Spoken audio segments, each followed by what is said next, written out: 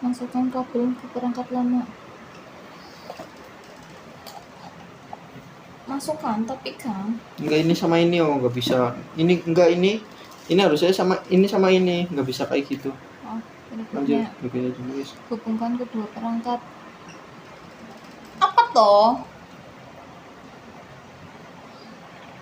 Oh, harus pakai kayak gini dua, jangan pakai ini satu, terus nanti pakai HP-nya kamu satu. Tapi nggak ada sih. Itu lanjut aja guys.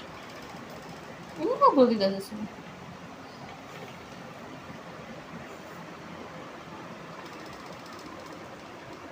Oh iya, buat install itu tadi ya. Coba yang di cas yang bisa nggak?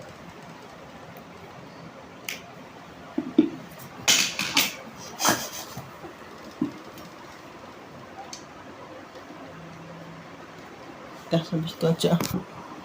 Jangan panjang. Weh.